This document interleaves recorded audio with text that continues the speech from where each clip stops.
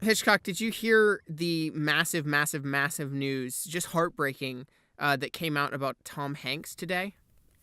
I did hear that, It said, that was completely out of the blue. out of the blue, headline said, third woman accuses Tom Hanks of being too nice. I mean, man, That's rough. That's rough. It's really rough. In a world filled with just nice people, it's rough. Man. One can sometimes be too nice, too kind, too compassionate, if you please. Totally. Tom Hanks was one time gonna move to Marietta, Georgia, where I live. Have you ever heard that? I bet he was. He said once, it might not have been Marietta, but he was gonna move to Georgia somewhere because he wanted to be in a place where people were more real, man, more real, baby, more real, more authentic. Everything's fake down there in Georgia. We're down to earth. No, we're real here. We're real. We're small town folk living in a small town world. You wish. Where everyone votes for Trump. It's a real small town. Everyone votes for Trump everywhere, though. So, what are you gonna do? Very true. It's been the anniversary of the day that he lost the popular vote. Was 2 days ago. I had a dream about Trump last night. Oh yeah, you tweeted that. You had a dream that Trump and Obama were in my dream. I have no stinking clue why. Were they in a fist fight? Was it some sort of brawl? I'm pretty showdown, sure it was. If you please? I want to say it was just Obama just throwing roasts at Trump. Oh man, I would love to see that. Honestly, I can't remember. It's one of those dreams. I know.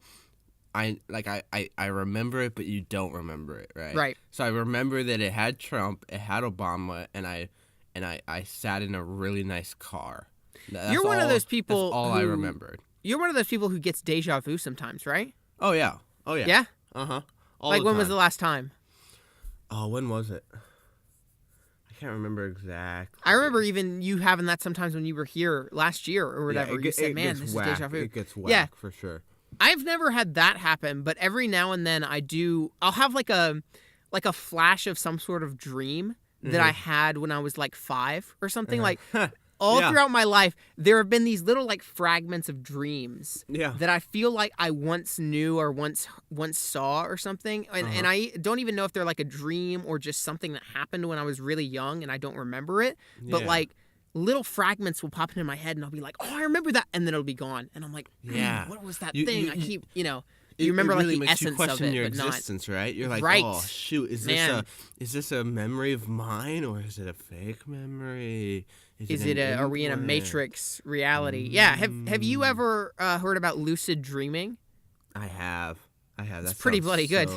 So stinking cool. Never done it before. It's cool, but it's also scary because I've never done it, but the thing that I read about it is that you really have to you have to put your mind into it. For those who don't know what I'm talking about, lucid dreaming is basically where you can be awake in a dream and know that you're in a dream. So that means you can control the dream and make whatever things happen you want to happen. So stinking cool. Inception. So basically Inception. Yeah. But so the thing that happens is in order to lucid dream, you have to stay awake as you're falling asleep. Yeah. To the point where your body goes to sleep, but your mind is still awake. Yeah. And eventually I think it becomes habit. You can just do it when you sleep. But to start out, you have to do that. But here's the thing. Here's the thing that's scary is the fact that when you're asleep, the thing that most people don't know about sleeping is that your body is actually paralyzed. The reason you're not walking around, the reason you don't sleepwalk all the time is because the reason when you're walking around in a dream, you don't walk around in real life is because your body is paralyzed. Yeah. And that's what sleepwalking is when your body isn't paralyzed when you're dreaming. But so essentially you have to enter a state where your body is paralyzed and you can't move, but you're aware of it and you're awake. Okay. And it's very scary. And I've had that happen a couple times just out of nowhere where in the middle of the night, and when I was younger especially, you wake up and all of a sudden you can't move or scream or say anything. Ooh, yeah. It's freaking terrifying. And eventually you just fall back asleep or something. It's awful. I don't know if I've ever had that before. Yeah. Some people there's all this weird spiritual stuff around it where people go whenever they're paralyzed in their sleep, they wake up and they can see a dark figure at the end of their bed or something. People always talk about that. And some people say that's Christianity stuff. Some people just say that's your brain making up things in your head. It is weird though that lots of the same people say the same thing. That's whack, that's odd. But But yeah, like I would always have that happen as a kid. Not always, but like a few times as a child. Yeah. Like I woke up and I couldn't move at all, and it was the Yeah. worst thing ever. Oh my gosh! I don't know So if I've that's ever why had I that never try to before. lucid dream really, because I'm like I'm not gonna risk it. I don't know, you know. man. That'd be cool to lucid It would be dream, pretty cool, though. honestly. My friend Alex, actually not Alex that we know, Yeah. but a different Alex, an imposter. He lucid dreams, and he dreams that he's Spider-Man and Superman, and That's great. in the middle of the night. It's pretty good. That's great. Anyway, off the lucid dreaming Off the dreaming part, yeah. tangent, I had led in with this with the Tom Hanks anecdote, and I was gonna start ranting about the whole sexual assault thing in Hollywood. Nah, But- no one wants to hear that. Yeah, no one wants to hear me rant about that, do they? No. I'll just say this. Oh, no. 16 plus women have accused Trump of the same things they've accused Kevin Spacey and Louis C.K. and Harvey Weinstein of, and no one seems to care, because I guess everyone in Hollywood is guilty, and Trump, just everyone was lying about him. It's just a completely different story, right? And there's nothing hypocritical there whatsoever. Anyway. I actually was like preparing a rant about this for the past 20 minutes, Okay. but I'm not going to do it. I'm going to recycle it. I'm just going to, Yeah. put it on Twitter later. Throw it in the bin, man. Come on. I got 1,000 followers on Twitter yesterday, and I told Yes, you did. I'm not going Yeah. to post about it until I get to like 1,005, because then if I posted at 'Cause there's 1,000 always those followers, people that someone will would unfollow. Right. So sure enough, what I told you yesterday, I woke up this morning, have 999. Man.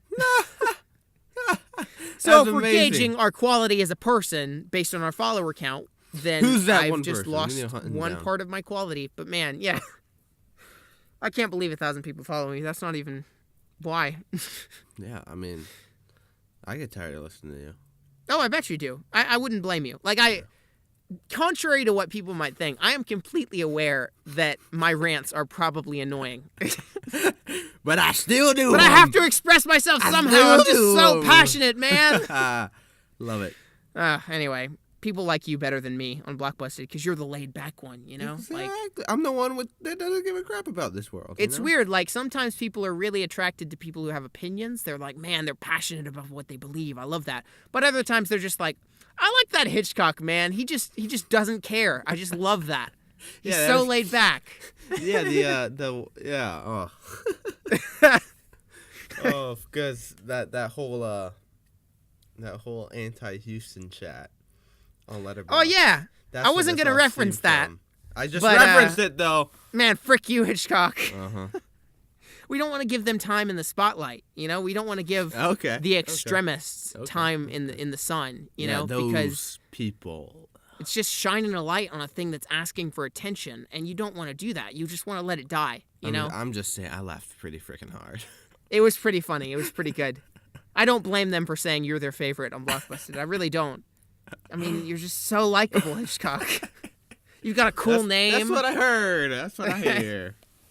Anyway, we've got a lot of news to tackle We today, do. as well as It's going to be a news holy frick, we've got a lot to talk about. Let's just jump into this. So, big Star Wars news happened yesterday, Right off the bat, right? yeah. Let's just do that. Was it yesterday or was it the day before yesterday? I was can't going to remember. say. It might have been the day before. Yeah, it was the day before. Anyway, Day Lucasfilm before, has yeah. announced that after this current Star Wars trilogy, which is Force Awakens, Last Jedi, and then Episode 9, they will be producing another Star Wars trilogy, which will be headed up, and the first film will be directed by Rian Johnson, and he'll be kind of the visionary behind it, like the creative vision. And it will focus on new characters unconnected to the Skywalker saga in a different corner of the Star Wars galaxy. Heck yeah. So these will not be episode movies. They won't be episodes 10, 11, 12. But they also won't be Star Wars story movies where they're focusing on characters that we've already That we seen. know, exactly. Right. Or This will be stories, something like entirely Rogue new, One but also with in the the Star Death Wars Star and universe. all Right. that. And I'm I just dig like, it. can we just cancel Han Solo movie and just speed this Exactly. up? Just cancel all these Star Wars movies, or the stories that we have coming out. What are your Focus thoughts on this? What do you think? I absolutely love it, for several reasons. One, Yeah. I think the fact that they've trusted Rian Johnson with his own trilogy of one of the biggest franchises Says in the a world. lot about The Last Jedi. They must have adored what he did with Right. The Last Jedi, Yeah. So first of all, that gives me incredible, like I'm super hyped for Last Jedi now because I have a good feeling it's going to be really good. But I'm also so excited to see Star Wars that we haven't seen before, you know? Yeah. Star Wars away from the Skywalker family, you know? Yeah. New, because, like, that's what people complain about, you know? Oh, it's just retreads the same stuff. X-Wing, Star TIE Fighter. Destroyers! Exactly. X-Wings! So I'm so... AT-STs! I'm so pumped to see just Star Wars, familiar ideas, the Force, lightsabers, that kind of jazz, just disconnected from what we know, you know. Contrary to what you might think, yeah, people who do not have the name Skywalker in their family last name, that could have come out better. People who don't have the last name of Skywalker can use the Force and lightsabers as well. Exactly. It's mind blowing. Mind blowing. So I feel like there's so many directions that Rian Johnson could go with it. Well, I'm so glad they didn't get J.J. Abrams. Like, I love you, man. I love you, Abrams. But really, I'm glad. I'm very interested, intrigued to see what Rian Johnson does. And I feel like, to me, he seems like the kind of director who he's got more vision than Abrams. Abrams is real good. He knows how to tell a story, but he is a person who's like a yes man to Disney. Sure. And Rian Johnson feels like a man with a vision to me. Yeah, and I feel like we talked about this when we were debating on who to direct Episode 9, which has been since J.J. Abrams, right? Yeah. And so I think we mentioned these big studios, they want to get a director that will be able to follow their direction, right? Follow their formula that they want. J.J. Abrams, he does that great, right? He makes great movies doing that, makes them fun, enjoyable for everyone, right?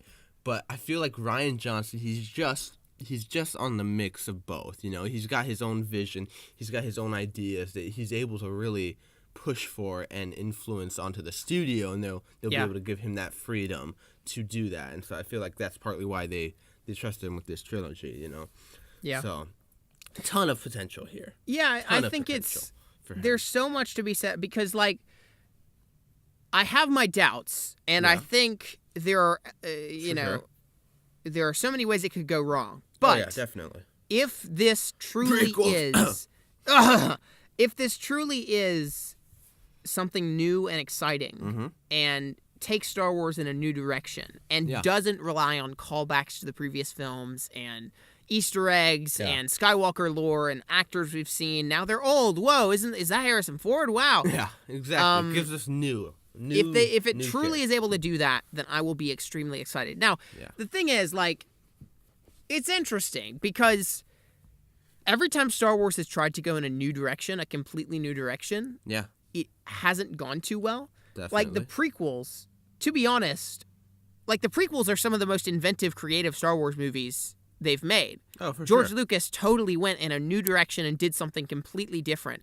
Now, I mean, the same, he could, do the whole line about, it's poetry, it rhymes, where the prequels follow the similar structure of the original trilogy. But, like, they have all these new creatures and feels and designs and ideas, and there's space politics that are boring and all this stuff.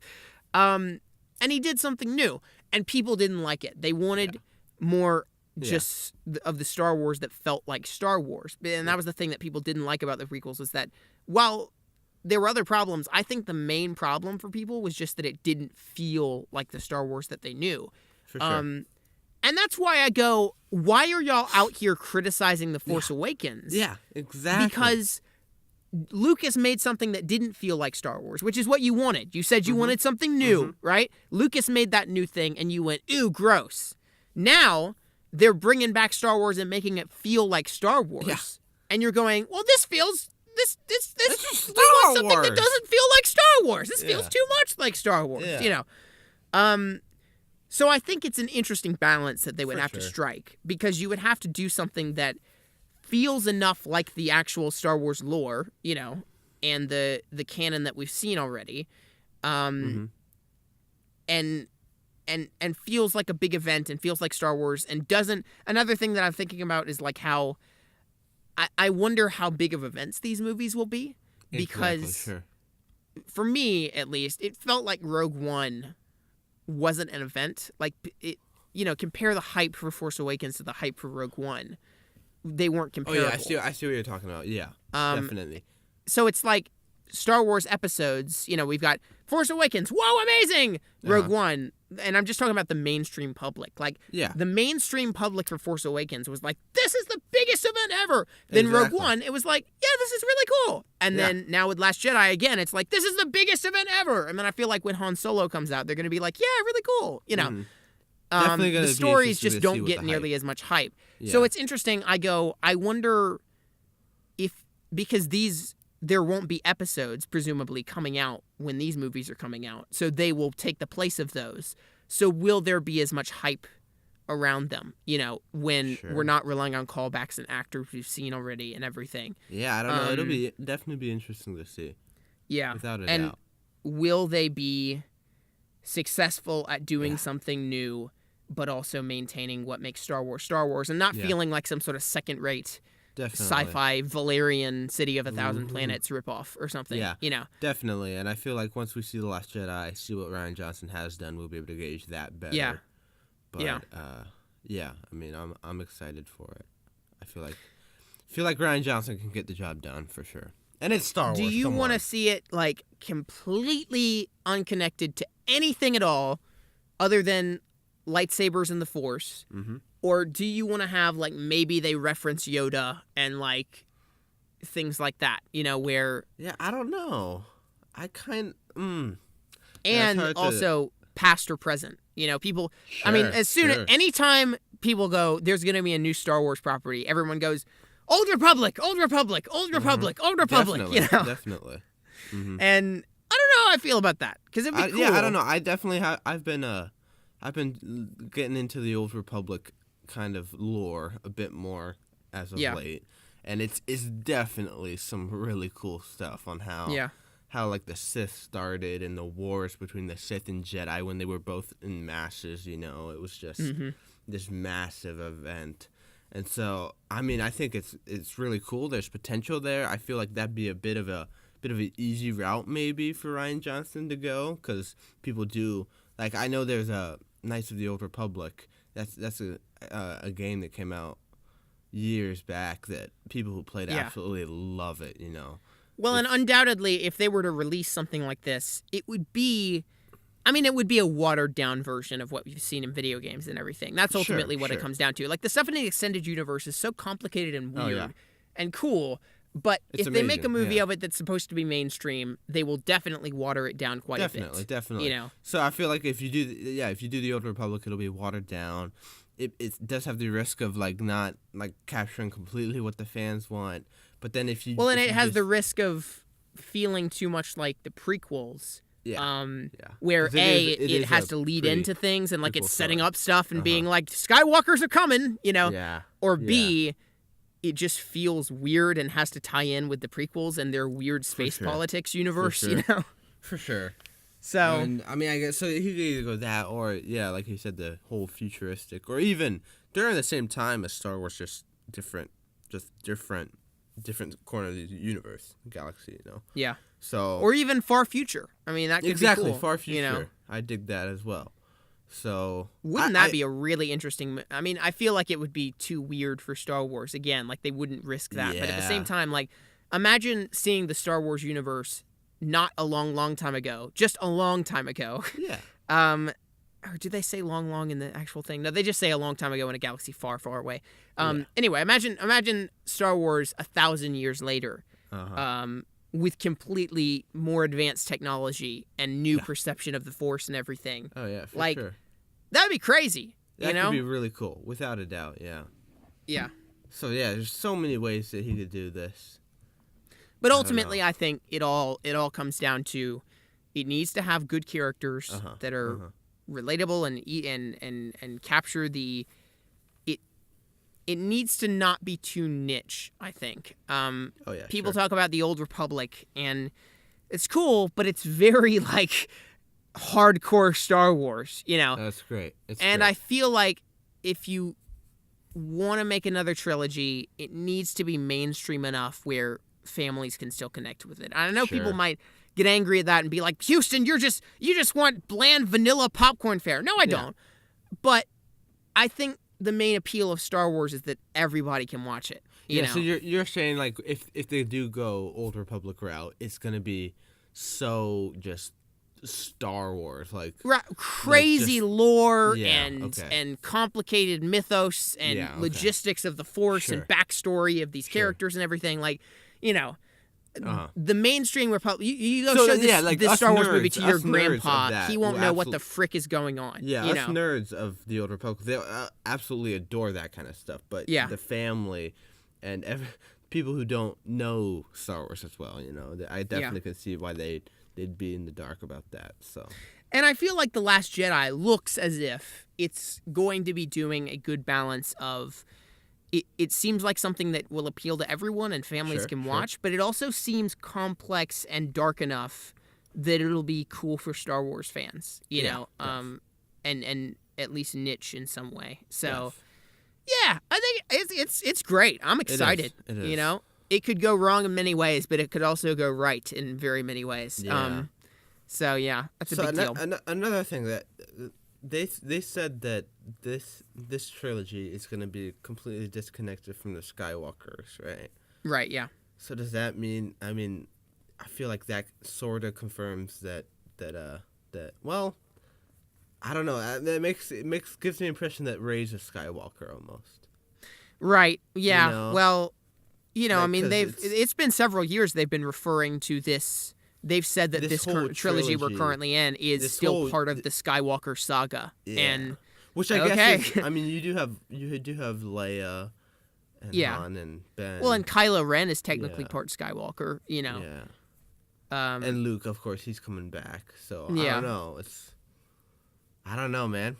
I don't know. I think they're gonna go the easy route, and she's gonna be a Skywalker. You think? I think it's pretty obvious at this point. Yeah.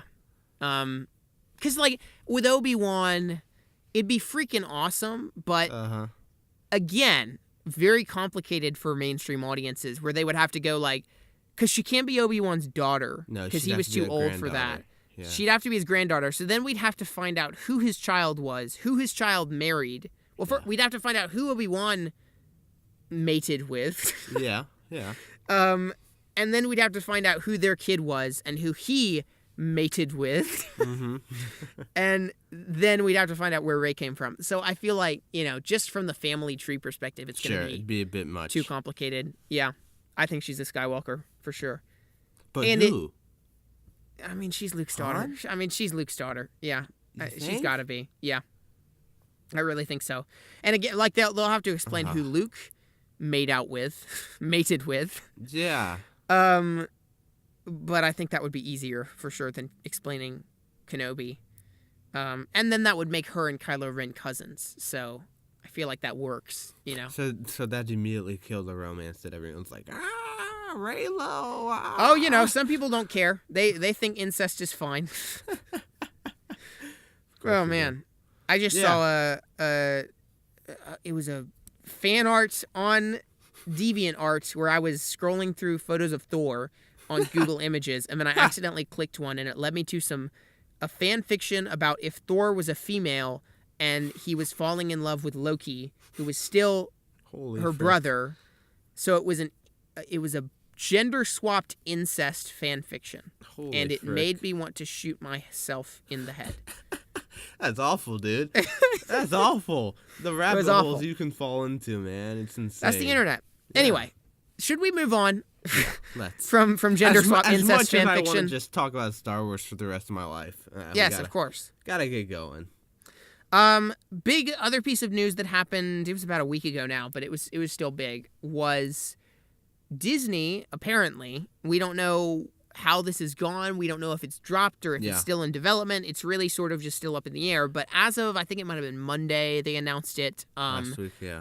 Disney is considering buying 20th Century Fox, which is a huge deal for a variety of reasons. Disney's gonna rule the world. They're gonna rule the world. And so, of course, like, you know, from a comic book perspective, everyone jumps to the X-Men could meet the Avengers, you know. X-Men! But also, X-Men! But also, from just like a general studio perspective, it's also like, man, are they going to become a monopoly? This is kind of crazy at this point. Everything we're going to get some big studio controlled. Right. Just Disney, you know? And I feel like they haven't messed with the content of Marvel too much. Sure. I mean, really, Marvel is still a separate organization, and Disney just distributes for them. And yeah. I mean, they definitely have some power. And a case could be made that the movies became a little bit lighter and more popcorn fare after they bought. After they bought Marvel, and they bought Marvel after. I can't remember. I think they bought it after Avengers because the Avengers still has the Paramount logo. Okay. So Paramount distributed all of the movies leading up to Avengers, and then they bought that. So everything from Phase 2 to Phase 3 is Disney. Okay. But anyway, tangent. So the question would be, does having Disney own Fox sound okay? Yeah. And also, from a comic book perspective, because that's what this podcast is, what does it mean for the X-Men? What do you think? Or Fantastic Four? Or the Fan-Four-Stick. Fan-Four-Stick. I don't know. It's Fan-Four-Stick. I really, honestly like what Fox. I mean, I like what Fox has done with the X-Men, especially. Yeah. You know, I feel like X2, Days of Future Past, Logan. You know, they're all amazing, right? I feel like that's very. I don't know. I feel like having the X-Men meet the Avengers would be too much. Yeah. Like, I honestly like the X-Men being the X-Men in their own universe, separate from the Avengers, you know? I feel like it works better. And so just from the perspective of, buying 20th Century Fox so that we can bring X-Men with the Avengers, I don't like it, you know? I mean, sure, it'd be cool. It'd be nerdy as heck, but I definitely feel like X-Men is so different than the Avengers universe, you know? It's so much more real world. You know. If they were to bring them in, I mean, because there's so many ways you could go with this. First of all, I agree. I like what the X-Men are doing with their universe right now. They've obviously had some big failures in the past. Definitely. X-Men Origins Wolverine. X-Men Apocalypse. Wolverine. X3. But they're on a track right now where they're experimenting and they're trying new things. You've got Logan, you've got Deadpool, you've got New Mutants, which is such an experimental idea, and then you've got Dark Phoenix. Man, real excited for that. And then they're also considering having Mangold do that X-23 movie with Daphne Keane. Heck yeah. Wouldn't that be freaking amazing? And it would so suck if they canceled that because of freaking Disney. You know, definitely. And you know, having Disney own Fox. I don't like we wouldn't have gotten Logan or Deadpool. Yeah. I mean, no. You know. No way. I mean, Disney immediately is like, family friendly, you know? Right. That's why we're never going to get a hardcore Obi-Wan film. Because Disney's just not going to do that, you know? Yeah. Which is understandable. I mean, it's not like, you know, definitely. But once you slap Disney on it, it's like kid magnet, you know? So actually, it almost surprises me that they're even considering buying it now, because that would mean you have to slap the Disney logo onto all the Logan Blu-rays and everything and be like, oh, no, yeah. This is distributed by Disney, you know. Yeah. Which I don't know, but I feel like Disney has never distributed, they've definitely never produced, but I feel like they've never distributed an R-rated movie before. Oh, probably not. Or had ownership of a studio that then made an R-rated movie. But so, back on track, I feel like I like what the X-Men are doing, and if Disney bought Fox and allowed them to keep doing what they're doing, I'd be like, sure, whatever, you know. Yeah. But there's two ways you would have to go about uniting them with the MCU. The first way is you reboot the X-Men, you get rid of the whole Hugh Jackman universe, and you bring them into the MCU, completely recast everything. Which could work. Which could work, but also would be hard because mutants are such a, like, they're so intertwined with the universe that they live in. You know, like they're with the politics, with everything. That you would have. I mean, obviously the Marvel universe has not had mutants up to this point. Like, no, and you couldn't just say they've been there because they haven't. You know, that's a big political issue. Unless you want to count Quicksilver and Scarlet Witch, but right. But even they were just experimented on by sure. Strucker. But yeah, like, so you would have to have them come out of thin air, or like suddenly a new mutant has been born. So that would be complicated enough as it is. The other way you could do it, option B, would be to open up Doctor Strange opens up a dimensional portal, and the X-Men from this universe with Hugh Jackman and everything come in and they fight with the Avengers, you know? Yeah. Which could be cool. I'm actually not completely opposed to that, because like Avengers versus X-Men is one of my favorite comic graphic novels. I love Avengers versus X-Men. It's not like the best comic ever, but it's fun. It's so fun. So I like that could be cool, and it would work, I feel like, better than just reintroducing them. Yeah.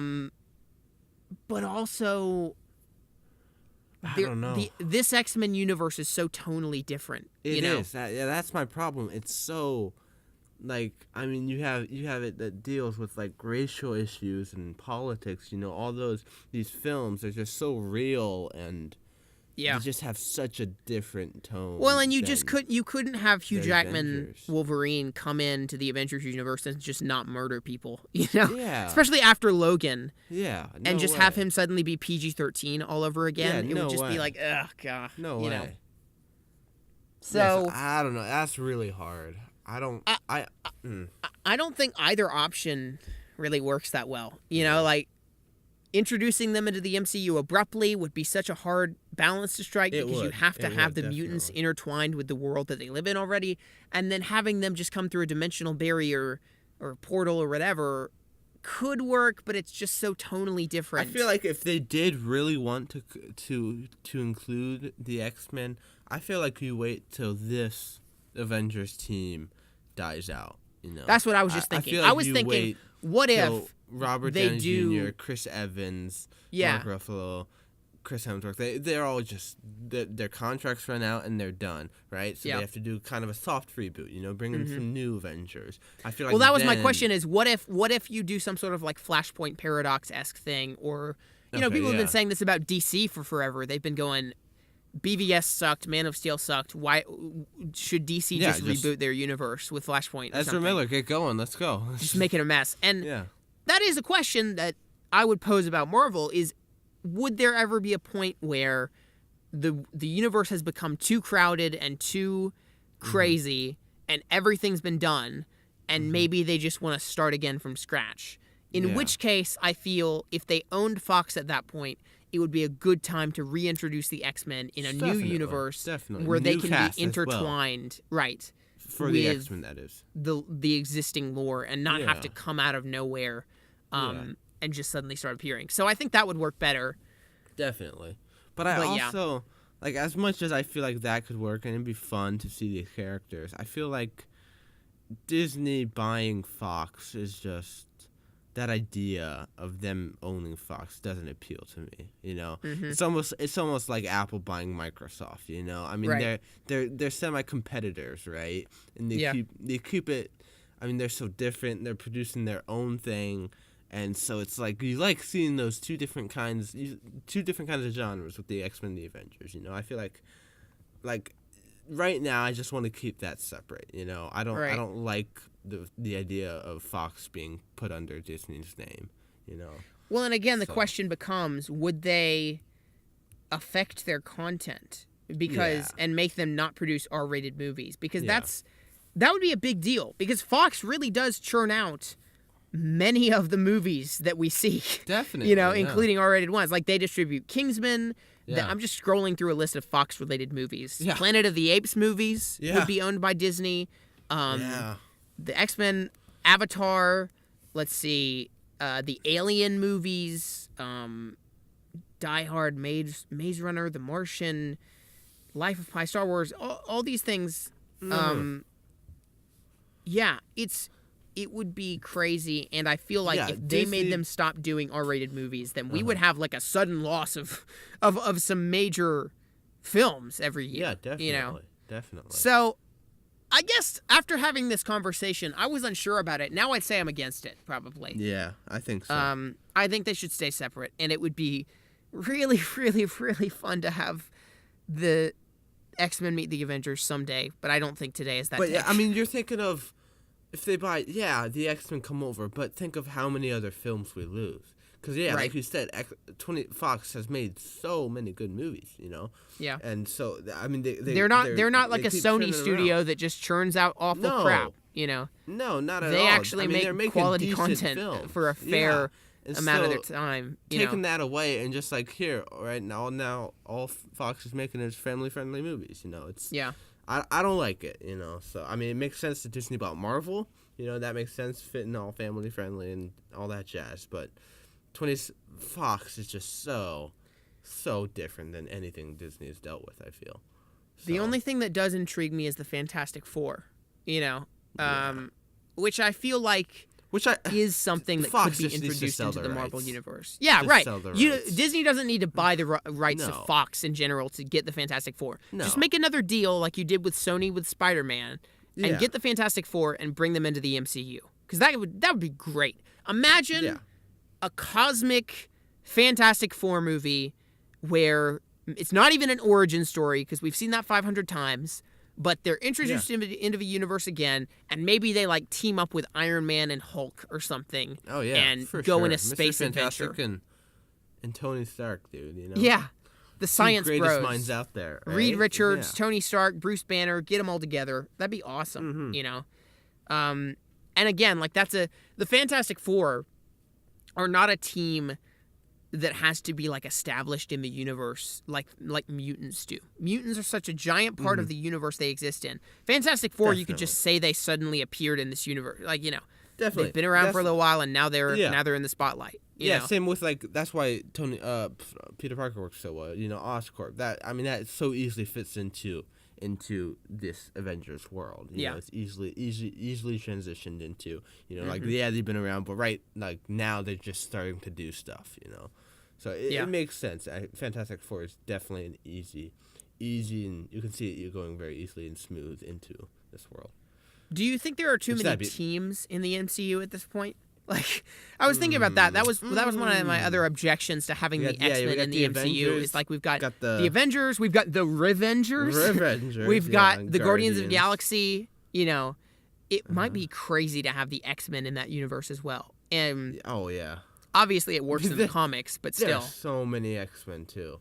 Like right. I mean, if you just say X-Men, you're not just going to bring in maybe Magneto and Xavier. You got to bring in Cyclops and Storm and Jean Grey and Wolverine. And Colossus.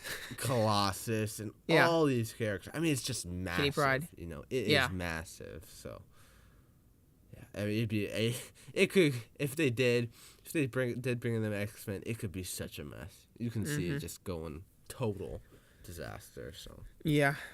Yeah, I think some things are best left in the comics, you know, like it could be awesome, but it's too complex and the MCU is crowded as it is. It is. Yeah. So, let's move on. We've talked this up enough. I think that's it mainly in terms of news, isn't it? Was there anything else that was big? I feel like there was something. Yeah, but maybe. I can't remember. Wasn't there like... No, I'm thinking of the Star Wars news. There was something else. I thought there was something. Comicbookmovie.com, baby. Yeah, my reference. The Justice League reactions came out. Those did, Those are jolly, aren't they? I feel like we could just skip over that, though. It's coming out next week. I'm tentatively excited, maybe. Yeah. It's coming out next week? Yeah, Thursday. It's this Thursday. Dang, I should get tickets, maybe. Yeah, you probably should. I'm just gonna go with my movie pass, man. Oh, I need money, I think that's it. That's most of the news. Shall we continue to our main topic for the week, eh? Yeah, the main topic, which is gonna be how far are we into this episode? I don't know. It's been like 40 minutes or so. Oh, okay. Not bad. This is gonna be one of those long ones. Yeah. So it's been a week. My mom always gets on me for making such long episodes. Oh, mine does too. Nobody ever listens to a 2-hour episode. That was last time my mom told me that was the episode that everybody then sent me messages saying, "Man, that was a fun episode." Yeah. So I guess people do. I mean, frankly, I'm as surprised as she is that people actually listen to this, but still, I know. They do apparently. I'm not going to deny that. Hats off to you, my friends. Yes, hats off to people listening to up to this point. Who stayed with us. It's just such fun banter. Rant. It's so authentic, baby. We're just down to earth, real It's guys, so man. relatable. It's relatable. Anyway, we were gonna do a Thor Ragnarok spoiler review last week, and then we just were lazy. We didn't make time to do it. It was mainly my fault, probably. Because I'm just chill, right? You are very chill. Yeah. I'm just like, want to do an episode? And you're like, sure. And I'm like, okay, let's do it. And then like 10 minutes before, I'm like, no, let's wait. All right, no problem.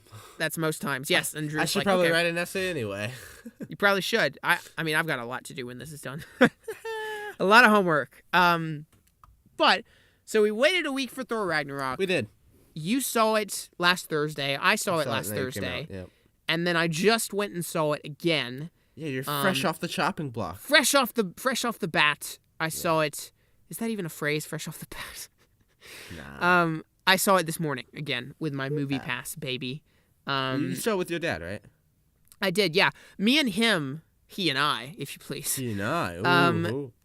We both have movie passes at this point, which Yeah. if people don't know, it's $10 a month, and you can see a movie at any theater every single day, all month, which is phenomenal. But so me and him have just been like every other night. We're just like, well, we've got a free movie we could see. Let's just go. And so like this week we saw 3 movies or so, and we'll probably see more next week. It is so great. And they've even like taken off some restrictions. Like it used to be you could only see one movie once. That's not even a thing anymore. You can see it as many times as you want. And it used to be there was a 24-hour clock. So like you could see a movie at 7 p.m. one night, but then you had to wait till 7 p.m. the next night. Yeah. 24 hours. Now that's not even a thing. So if you see it, it's just one calendar day, so you can see it at any time one day, and then just next day you can see it again anytime. Yeah. So good. It's literally the greatest. You go to the theater, you click the check-in button and on the movie you're going to see, and it just loads the card with the proper amount of money to pay for your movie, and you use it to pay, and it works like a charm. It is phenomenal. I freaking love it. That's insane. So yeah, that's been great. Anyway, we saw Thor Ragnarok. I've seen it twice. You've seen it once. And I think we've got some freaking controversial opinions this week, don't we? Don't we, Hitchcock? We do. Oh, man. I hate to admit it. My voice is getting tired of talking. It's not take it over. over. Be long. Take over the wheel for me, Hitchcock. What did you think of Thor Ragnarok? Leading up to this movie, we were both over the moon with excitement, honestly. We were thinking it. Yes, we were. We were like 6 months ago we were. Yeah, like when the trailer dropped. We did a whole episode predicting why the heck Hulk is in space, and yeah. So it's just like we were so hyped for this, right? But then of course that hype died down a little bit. But we went to see it, and it was not what I was expecting or wanting it to be. I came out extremely disappointed, honestly. Partly was like, I know people are loving it, and I think that partly is the reason I didn't like it is just it didn't work for me. Like, I felt like a lot of the humor just I wasn't a fan of, and this and that. So it didn't. I mean, it definitely works for some people, and that's why a lot of people are loving it. Yeah, some of the stuff here is very subjective. It is. Other things which we'll get to, I feel, are very objective. Sure. Sure. So, it was not what I was expecting it to be.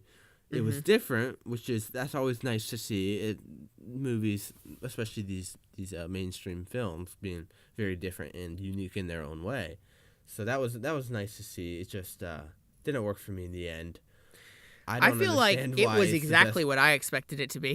Was it? Really? I feel, both of us, I feel like as the weeks went on leading up to Thor Ragnarok, our anticipation was going down quite a bit. Oh yeah, for sure. Both me and you were like, I don't think this is going to be as great as it looks. Yeah, for sure. And it should be said that we weren't going in to hate this movie. No, and not at all. We weren't even going in with like, oh, I bet it's going to suck. I feel like we were just blank slates. I was totally hoping it would surprise me and be great. But it also was like, I don't know if it will, So I went in with zero expectations, and I feel like you went in with very little expectations as well. Yeah, definitely. and yet somehow I was still disappointed. Now, seeing it again today, I liked it a little better. I originally gave it a 5 of 10, a very harsh 5 of 10. Yeah. I think I would change it to a 6 of 10 maybe.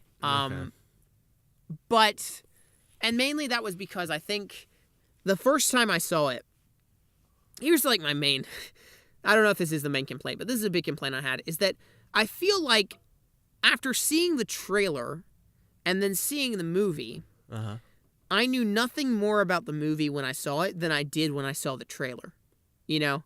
Like, watching the trailer, I get the exact same experience I did when I watched the movie. Okay, yeah, I see. You know, like, I saw the trailer and I was like, I'm sure I know what's going to happen in this. And sure enough, I did. And there was nothing that was unexpected about it. It was extremely predictable, extremely... I don't even think they showed everything in the trailers, but they just showed all the stuff in the trailers that seemed like it would be cool to elaborate on. Like, man, that looks so cool. I can't wait to see more of that in the movie. You know, was not elaborated on in any way. For sure. And so, like, for instance, you know, we see the Valkyrie visions in the trailer where she's on the Pegasus fighting Hela. And me and you were like, holy frick, that's gorgeous. Oh my gosh, can't wait to see that. That's going to be epic. And then that was literally, what we saw in the trailers was literally what it was. Literally exactly the same, You know, so... Same with a lot of, like, the Hulk stuff. The Hulk stuff, what you saw in the trailer, that's basically... Yeah, exactly. Like, I feel like the Hulk was... He wasn't even barely in it. It was just like... He was way overhyped, and then he was overhyped, and I don't know how to describe it, but it just feels like... When I finish watching The Avengers... or Spider-Man Homecoming, or Guardians of the Galaxy, I feel like I've learned something more about the characters, and I've connected with them in a deeper way. And I've gone on like a journey with them. I've gone on an adventure with them, and man, what an adventure we had. And so it just relatable. feels like when the movie's done, it feels like I am more connected to the characters and more aware of who they are than I was when I just saw the trailer and before I saw the movie, you know? Yeah. With Thor Ragnarok, there's nothing about it that makes me feel more connected than I was when I saw the trailer, you know? Or more involved. I still feel like almost that I haven't seen the movie. If that makes sense. Does that make sense to you? Do you get what I'm saying? Like, sure, yeah. It just feels very empty and just doesn't really affect the viewer that much, you know? I mean, it feels, almost like you're just watching another extended trailer in a way. You know? I mean, it does. It has some fun action, fun humor, I guess. The humor I wasn't a fan of, personally. But, I mean, basically, it's all the same jazz we got in the trailers, and definitely, I get your point, and that's partly why I just, you come out feeling like just, all right, that was a thing, I guess, you know? It doesn't have a long-lasting effect that you keep thinking. Like, I literally, I think I saw this the next day. I woke up and I was like, oh, yeah. Oh, well. Right. And I just kind of went on. I woke up the next day and I was like, man, I can't wait to see Thor Ragnarok. Oh, wait, I saw it. Yeah, exactly. But then, like, you think of, like, I saw Blade Runner on a Thursday night. I woke up, I couldn't stop thinking about it. And then for the next week, I was just like, holy frick, Blade Runner, you know? And so it's like, it just didn't have that weight or that I mean, I guess that was somewhat of its purpose. It wanted to be a fun jaunt through space, I guess, Asgard. Well, see, that's the thing. People go, this movie was fun. It was just trying to be fun, and it achieved that goal. You know, all this movie needed to be was fun. It's fun. That's okay. You know, it's just so fun. And I'm like, but every other Marvel movie has managed to be fun, but still have a heart and a soul and be gripping in some way. You know? Like, Guardians of the Galaxy is freaking fun, but it's also got a real heart and characters that you care about and a whole backstory with his mother and everything and a great score, and it makes you feel something. Both the first and second. Both the first and second. Second one is a masterpiece almost. Well, I shouldn't use that word, but as far as Marvel movies go, it's a masterpiece. So, but with this, they're like, it was just fun. It was just trying to be fun, you know? Yeah. And I'm just like, okay, if this movie had come out and it wasn't a Marvel film, or there were no Marvel movies leading up to this, like this was the first Marvel movie ever made, I would be like, man, that was fun. That was really fun. Definitely. You know, that was a great time. You know, but we've had it in this universe 16 other Marvel movies leading up to this, which have all been vastly different and more like gripping and character driven and frankly well written than this film. Yeah, I feel like all the films, they're all the same generically tonally, right? But I feel like each trilogy or each set of films, it has its own tone that ties in. Like I'm thinking of like Captain America and Iron Man, and then you have the Avengers, right? They're all like Captain America's tone is pretty different than like the Avengers or Iron Man, just because they're different characters, but they're the same characters. And then they come in the Avengers, and you see that those characters, right? And with this one, I felt like in the first two Thor movies, they've established the Thor character. You know, in the first one, he's this immature prince, and then he matures, mans up, right? And and then you see that in the Dark World, even though it's a bad movie, you still see that Thor character, right? And then that translates over to the Avengers, you know. Well, in Dark World, I do think Ragnarok is better than the Dark World. Sure. But at least Thor the Dark World has some moments of emotion and where it tries. Like, it's a dumb movie, but Frigga's funeral, where his mother dies, is really good. Yeah. Like, the music is powerful, and the effects are great, and the boat going out on the water, and like... Yeah. It's almost moving. It is. And then it tries. It at least tries to be moving. You know? And then in this one, Odin's death. Right. No one gives a frick. Like what? Like we care more about Frigga's death in the Dark World than Odin, their dad, who I mean, come on. Who raised them and was in all three movies. Their dad. Come on. And he just kind of goes all just Are you saying fathers are better than mothers, Hitchcock? Are you saying that we should feel more when a father dies than when a mother dies? Is that your philosophy? I'm feeling they should have felt more than they did. You meninist. Okay. They should have felt more than they did, because they kind of just went, "Oh, hell is coming. Let's go." Right. You know? Hell is coming. And then he just went, and then he lands on. Thor goes ahead and lands on the trash planet, and he's just kind of chilling. You know, same with Loki. He's just chilling. You know, like, come on, you know. Well, and they try to. There's that one scene where he's like praying to his father in the cell, and he's like, "Father, I pray that you'll go to Valhalla and know the pleasures of heaven and whatever." And like, okay, but he just okay. Here's the thing. I'm not opposed to seeing Thor change as a character, and frankly, it is pretty cool how over the movies he's loosened up a bit. You know, Nah. I like seeing how Tony Stark has evolved. You know, like Tony Stark has changed majorly since the first Iron Man movie to now, but he still feels like Tony Stark. You know. Yeah, that's my problem. Thor in this did not feel like Thor. Thor in this did not feel like Thor. If you compare this Thor to Thor from the first Thor the first Thor. Yeah, the end of the movie's called. First Thor. Right. Completely different character. Different. So different. It does not work for me. That's my problem. He's this. I mean, that's his whole development in the first one. He goes from being this immature to this very mature leader. Noble. Right? Yeah. Noble, exactly. And then this one, he's just back to being immature almost, you know? It just, like, really, dude? Really? Well, he's lost his arrogance a bit, but it just... They've turned him into a character that doesn't even feel remotely like the character. Like, it's not a character... It doesn't feel like the same character has come a long way, and he's been on a journey, and now he's a changed man, but he's still, you know, Thor. It feels like now he's just... Asgardian Deadpool, Asgardian Spider-Man. You know, like the first scene where he's imprisoned by Surtur and he's hanging from the chains, the dialogue's like ripped straight out of Spider-Man or something. Him going, hey, man, that looks like a giant eyebrow or whatever. Yeah. Your crown looks like a giant eyebrow, you know? Yeah. Or, wait, let me turn back around in these chains. They're swinging around, you know? Mm-hmm. Thor, the humor of Thor in the previous movies always came from fish out of water scenarios. Exactly, yeah.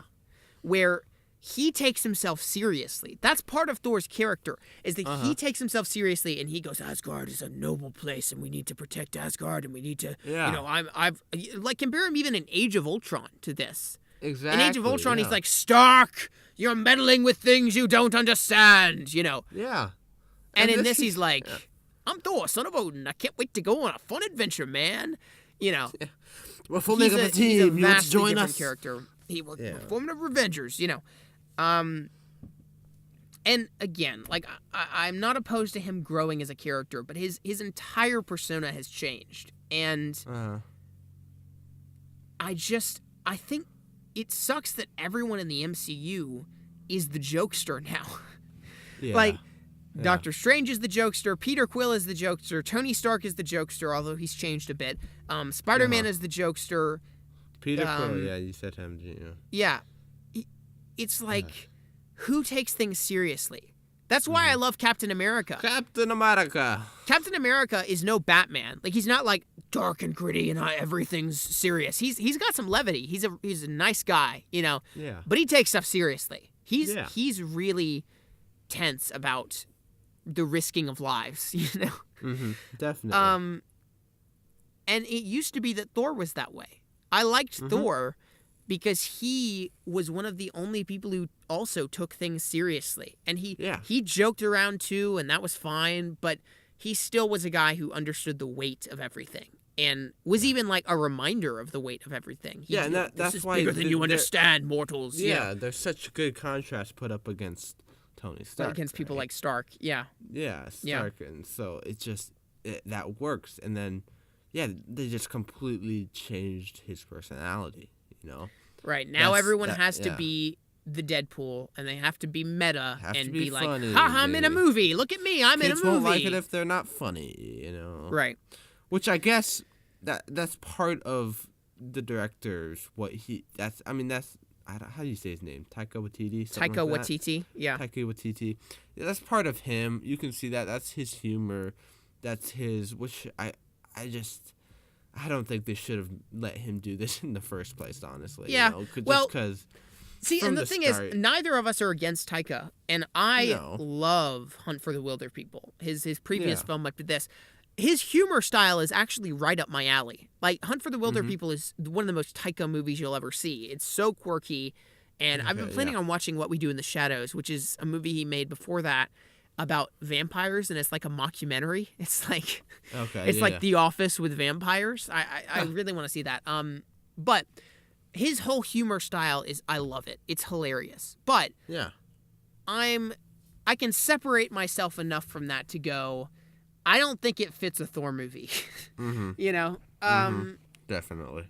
And especially with the tone they've struck. Now, an argument can be made for sure that the previous two Thor movies didn't connect with audiences enough, and they needed to change something up and change up the formula to appeal to more people and do something different, you know, because what they had wasn't working. Right? Like, that makes sense. But I don't think anyone looked at Thor the Dark World and the original Thor the original Thor, and said, those could use more jokes. You know? Definitely. And I think every time the MCU has proven itself and been like, man, this is a new step for the MCU. This is a big deal. This is a movie that really changes the status quo. Every time that's happened in the MCU, it's been when they've gone darker and when they've decided to do something that was more dramatic with higher stakes, you know? Yeah. Most people agree the best MCU film is Captain America the Winter Soldier.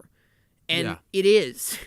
And that's the movie where they took something and they went deep with it and they really made it tense. For sure. And tried and did something dramatic. It's also one of their most sincere films. You know? Like, Captain America the Winter Soldier does not make fun of itself. It is not a movie that's like, look at us, it's a superhero movie, you know? Not at all. Not at all. And there's no problem with making fun of yourself. Guardians of the Galaxy does that all the time, and I love it.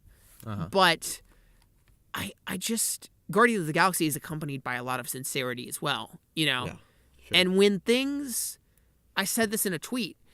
When things get serious in Guardians, like, they don't ruin everything with a joke. People say they do, but Yondu's funeral has no jokes. No. Like, it is a brutally emotional scene, and the film ends with a raccoon crying because he realized there might be a shot at redemption. Yeah. It's That's incredible. bold and sincere and beautiful. This movie, Thor's entire homeworld is destroyed, and they make a joke. Like, can you give a crap, right? That another thing that really annoyed me this time. The three brothers, right? Like, not the three brothers, but the Warriors three. Sure. The Asian guy, the fat guy, and the blonde one. Oh, yeah. Those guys. Fandral, Volstagg, and... yeah. Exactly. The other guy. Yeah. They... Look, we know the audience doesn't care about them. Yeah. You don't care about them. I don't care about them. No. They're stupid characters, and they were never developed enough to have the audience connect with them. To even let us care about them, yeah. Right. But they could have been, for one thing. Yeah. You could have tried at that. And I just...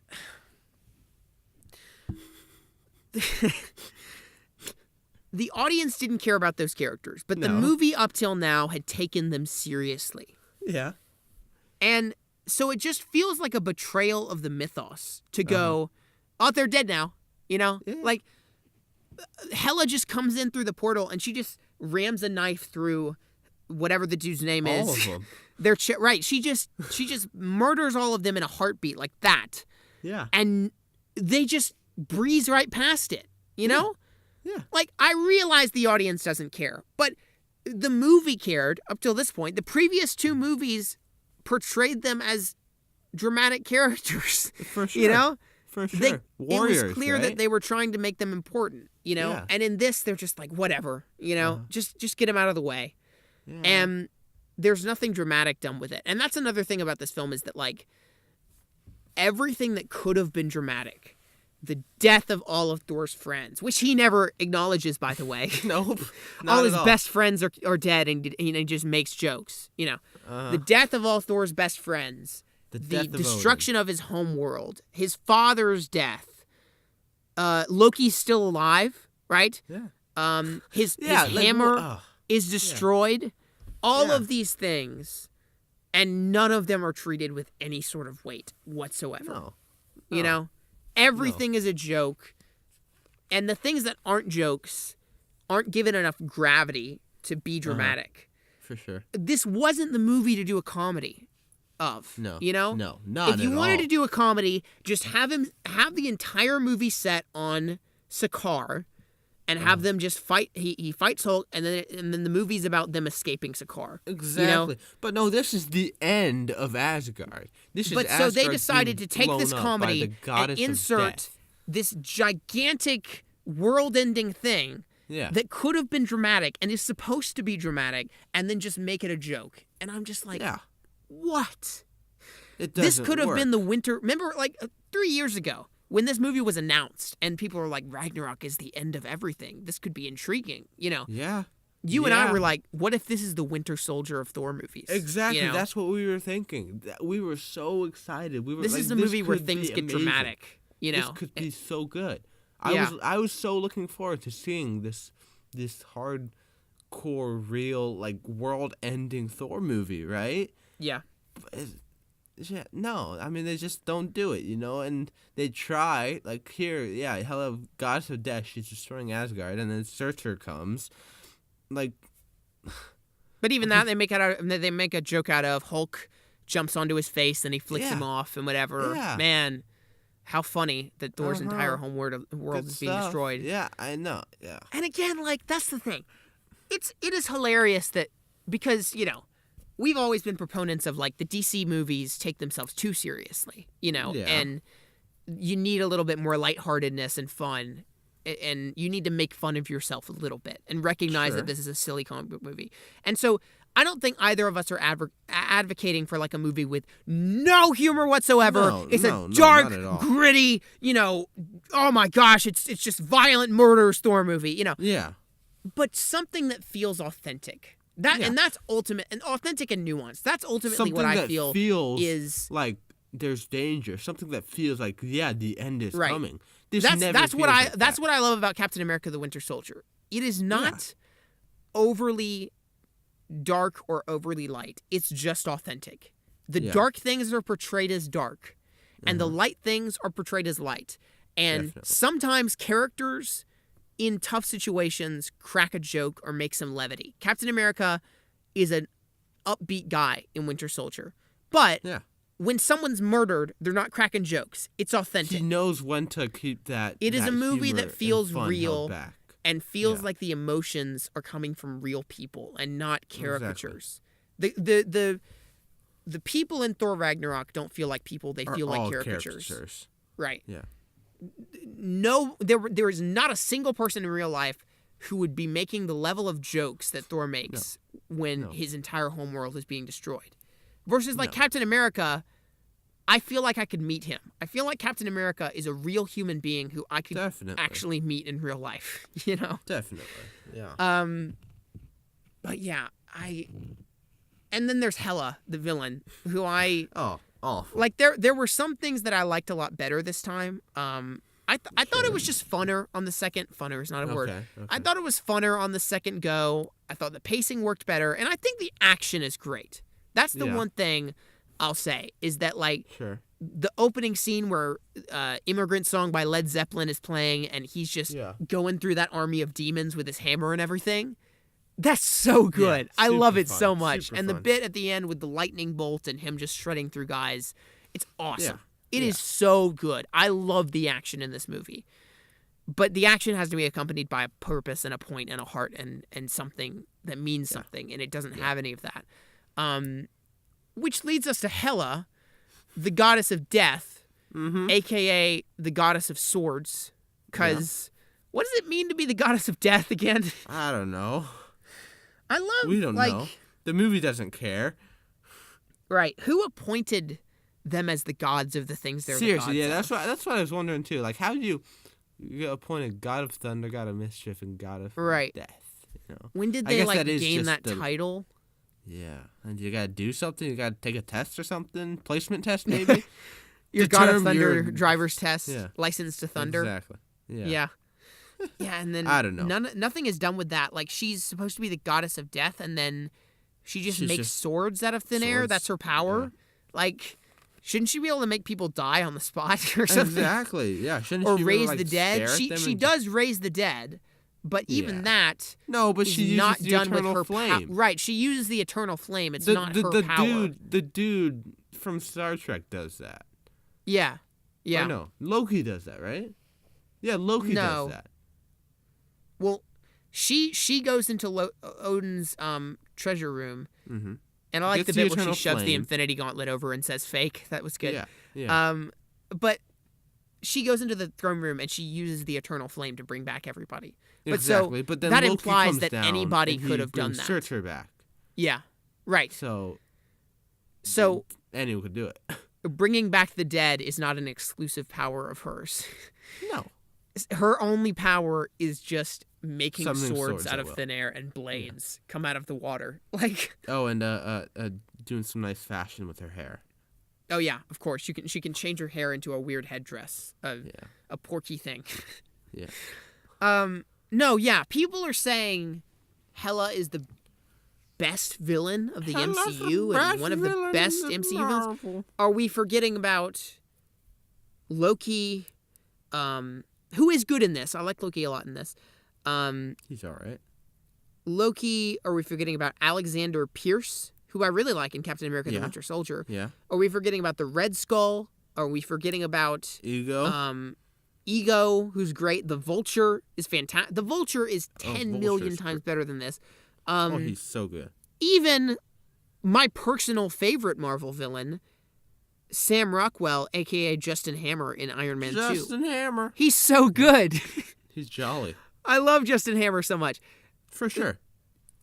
Hela is the most generic Marvel. She's literally a combination of the stock generic video game lines that Ares says in Wonder Woman.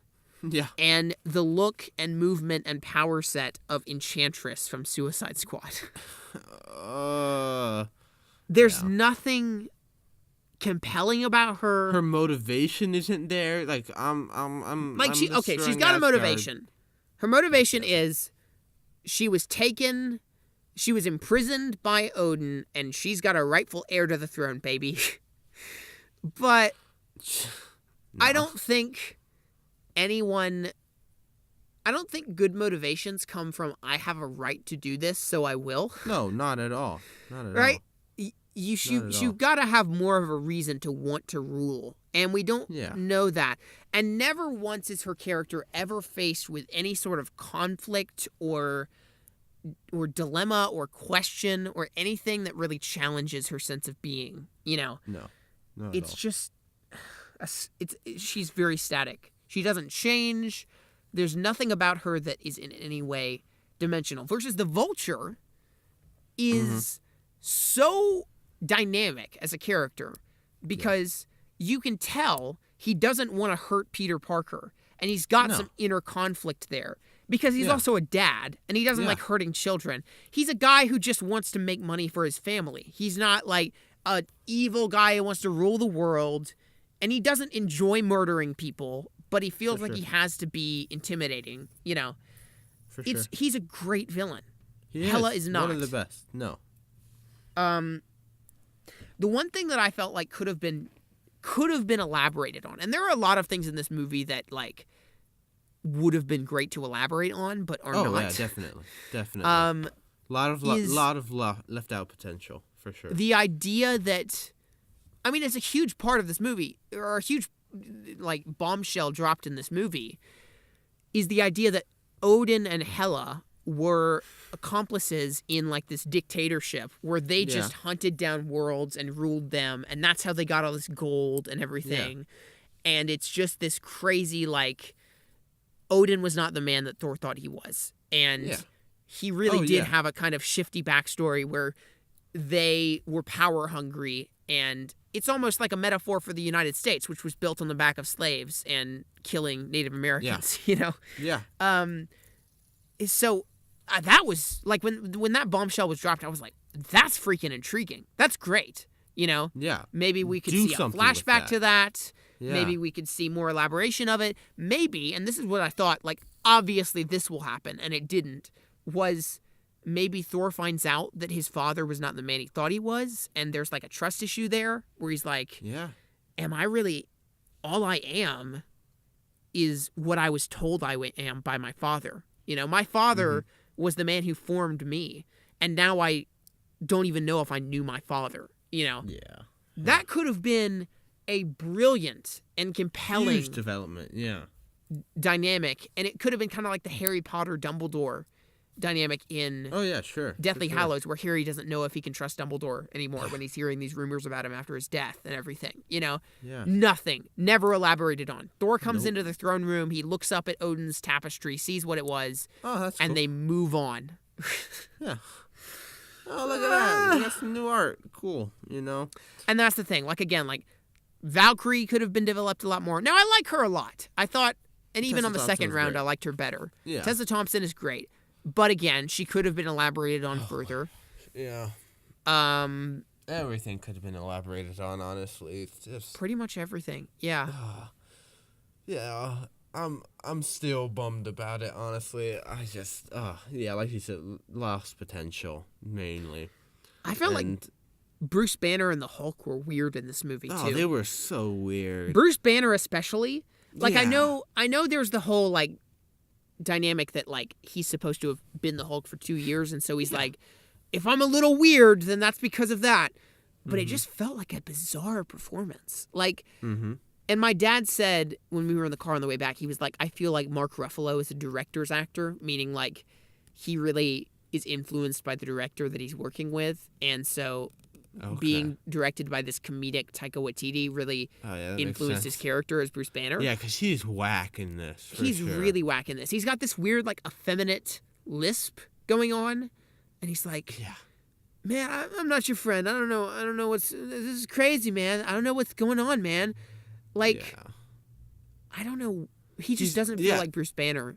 Exactly, that's the thing. Like, with all these characters that we've seen, they don't feel the same. Maybe Loki. Loki feels the same. Loki feels the same. All these, all right? Even though, of course, like, he was ready to wipe out an entire planet a few movies back, but, Oh, yeah, for sure. I feel like his development is a little bit easier to understand, and I do like the way he's gone from sort of this chaotic evil to more of a chaotic neutral. I think somebody else said that, but okay, yeah, but yeah, like he's more like, I'm just gonna fight for my own interests. Yeah, you but still can't trust. Maybe that means I'm fighting for yours as well. You know? You don't know if he's gonna stick with them or not. So he's one of the more interesting characters in this movie. Honestly. Definitely. And Tom Hiddleston is great. He's so good.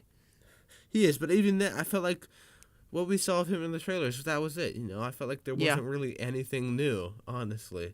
So. Piss off, Ghost. Piss off, Ghost.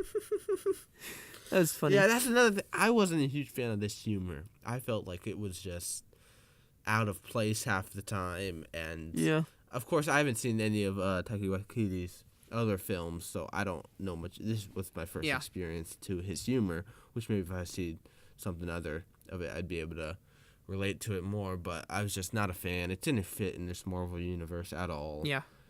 And, so much missed potential.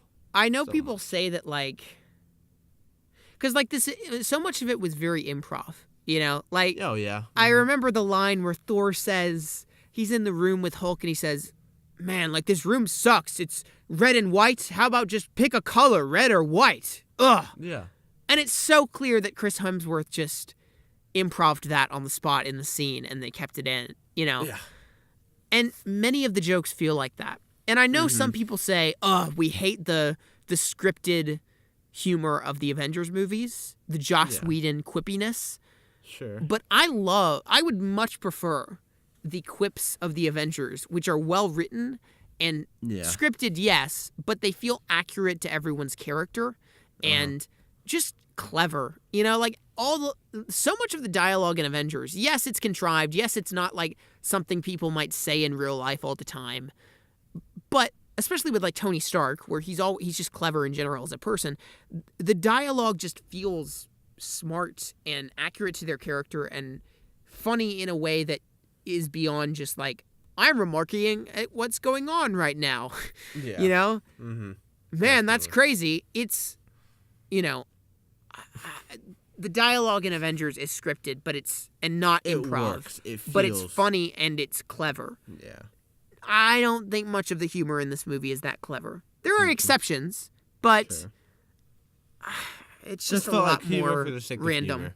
Like, it's got to be funny. Let's just have these guys improv and just go with it. So I don't know. I know some people are a fan of that kind of humor, and that's why. Well, and I usually am, but yeah, I'm not a fan of it. Especially here, I just could not get on board with it. Mm-hmm. Right when it started, and he started cracking jokes, I was just like, "Oh no, come on!" I can't do this, So yeah. Oh jeez. Is that it? Ragnarok. I think there were some other random things that like I felt like were never elaborated on in ways that like they were just random. Like there's the bit where oh well, like the whole Thor flowing with lightning is kind of random. Oh yeah, that's never like we don't know how he got that power. He never used it before. We never saw him with. He just starts getting in punched in the face, and then he's like, "Rah." Right. It's like what? Yeah. What? You're supposed to be like, doesn't your power stem from the hammer? Like, Well, they don't, and they do explain that. Odin says, your hammer was just a way for you to channel your power. But.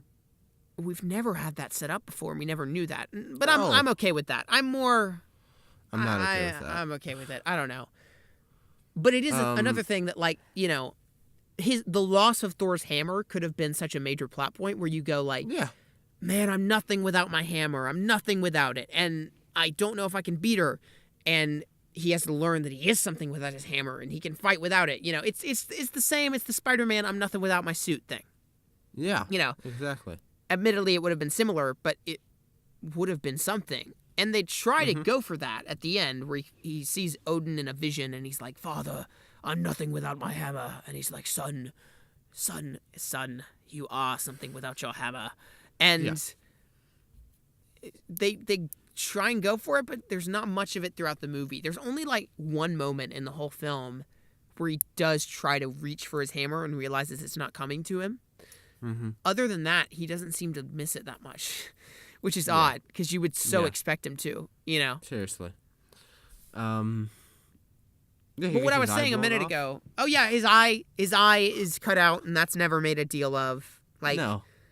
I love, for the record, I love the idea that he's got an eye patch now. That's cool. Yeah. And I think, you know, that's a bold move, and I like bold moves, but they don't make it's not enough of a moment to feel like something. Nah. Like when Luke's hand is cut off in Empire, it's a huge moment. He screams, and it's like, oh my gosh, that's a major, you know, it's the crux of the film. And this, it was like, she slices him, and then it's like, wait, did she just cut his eye out? Wait, what? It's just really? What just happened? Wow. Yeah. You know. Yeah. It felt very out of tone and out of place and just sudden, very sudden, you know. So. And I'm trying to think because there were some other things like that came out of nowhere and weren't referenced again. And there's only one I can remember offhand, but one of them was when Thor goes in the he first gets put into the arena. He's in that like weird theme park ride where he's going on a conveyor belt and they're like, welcome to the Grand Masters thing. And they're playing the Willy Wonka World of Pure Imagination. Come with me and you'll be in a world of pure imagination. Uh-huh. Someone edit that into something, please. What you'll see will define explanation.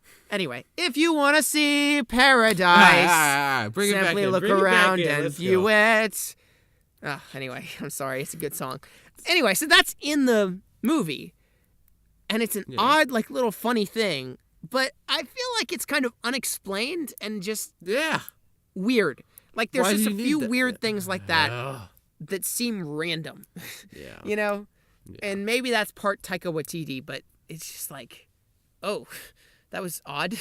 Okay, then. I guess that's cool. I don't know. Oh, last thing. Okay. We were talking about, you know, can they please give a crap about what they've established and how his friends die and no one cares. Yeah. Other thing, they dismissed the fact that Jane dumped him in a line and don't even reference it. Yeah. Like, I know no one liked Jane. No one liked Natalie Portman in the role. Uh-huh. But y'all took it seriously up to now. It's lazy. That's what it comes down to. Okay? It feels very lazy. It is. I have no problem with y'all dropping the Jane storyline and dropping and killing off his friends, the Warriors 3. Sure. But if you're really so lazy that you're like, nobody cares about these characters, let's just get rid of them real fast. You know, you can't think of anything, any way to do this in a compelling way or make a dramatic turn of it. That it's just like you're just winging it, you know? You're hashtag wing it. Like you could have done something dramatic with Jane and you didn't. And they just dismiss it with, sorry, Jane dumped you. And he's like, it was a mutual dumping. You know? Oh, yeah. So, because we had learned about that before we saw this movie. Had we? Hadn't we? I'm pretty sure. I mean, we knew that Natalie Portman wouldn't be in it, so she wasn't coming back, and so we were like, oh, they're probably not together. Mm-hmm. Yeah. Okay, yeah. That just felt weird. Yeah, for sure. Because I think I had went into it like, I don't know, already having some sort of sense that they're not together anymore.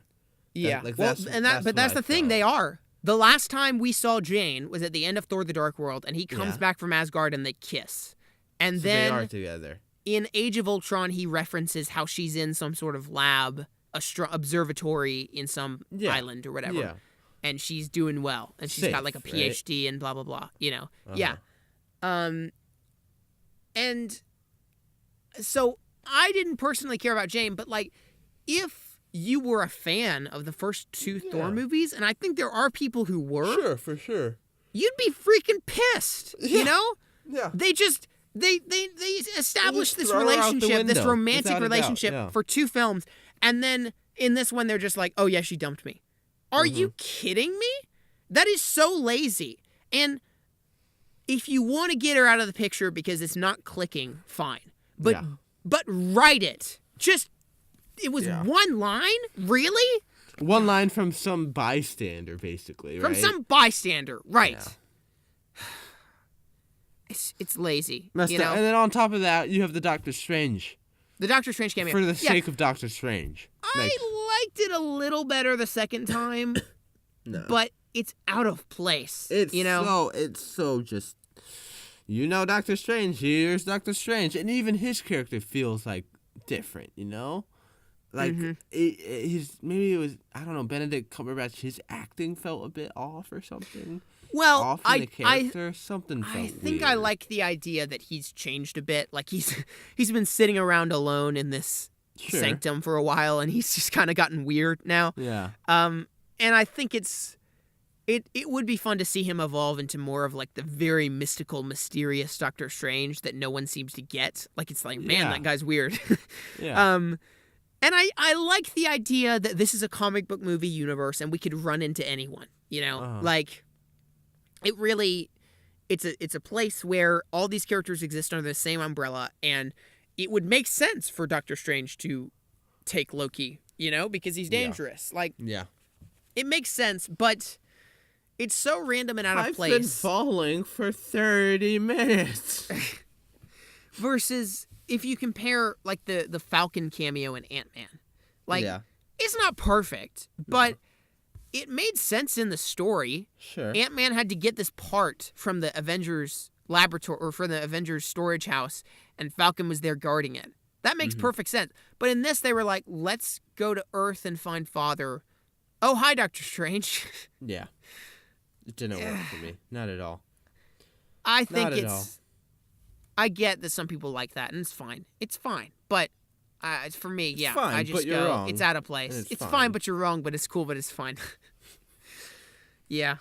I don't know. Yeah. Good attempt. Thor Ragnarok. What are some good things we can say about this film? Oh, man. What can we, though? I don't know. I mean, I guess the action, I enjoyed from what the action we said. Like you said in that first scene where he's fighting all the minions.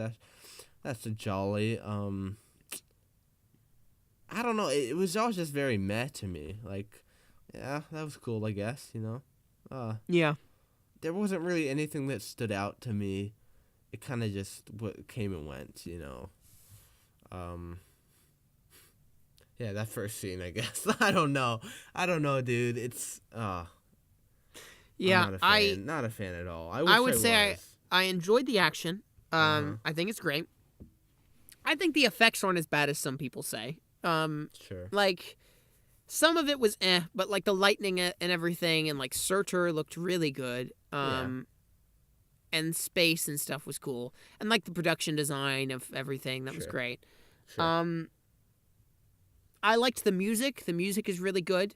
People are saying this is like the best score of the MCU. No. Okay. The only reason y'all are saying that is because you noticed it and you went, ooh, synth sound effects, like synthesizer, man, 80s. That's memorable. Wow, cool. The people who don't usually comment on film scores are listening to this score, and they're going, wait, I just noticed music. That means it's the best one. Oh, jeez, yeah. But don't get me wrong. Definitely, I mean, it's really good. It has the nice recurring themes, like you said. Mark Mothersbaugh is a great composer, and I would like to see him come back to the MCU.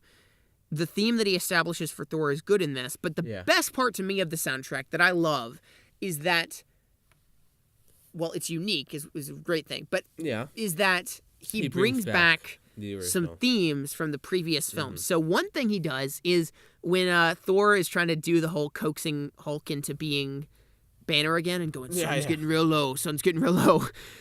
He plays the theme of that from Brian Tyler from Age of Ultron. The music that played whenever Black Widow would do that to Hulk in Age of Ultron. That's a fun little touch. And then at the very end of the movie, this made me so very happy. They replayed Patrick Doyle's original Thor theme when Thor was about to take the throne in the first Thor movie, Thor the original Thor. And he's going, yes! And then turns out that the Frost Giants broke in and whatever. They play this whole throne room triumphant Thor theme that then reoccurs throughout that film.